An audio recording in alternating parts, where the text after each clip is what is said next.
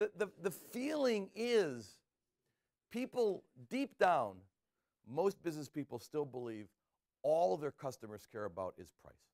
And if we can do this computer automation and over a few years, we can knock a nickel off our cost structure, we'll pass 2 cents on to the customer, we'll keep 3 cents for ourselves. That's what makes the world go round. I'm here to tell you that is no longer what makes the world. It is so, first of all, it's just a rotten way to treat people, quite apart from anything else, but the world is so ferociously competitive, so relentlessly competitive.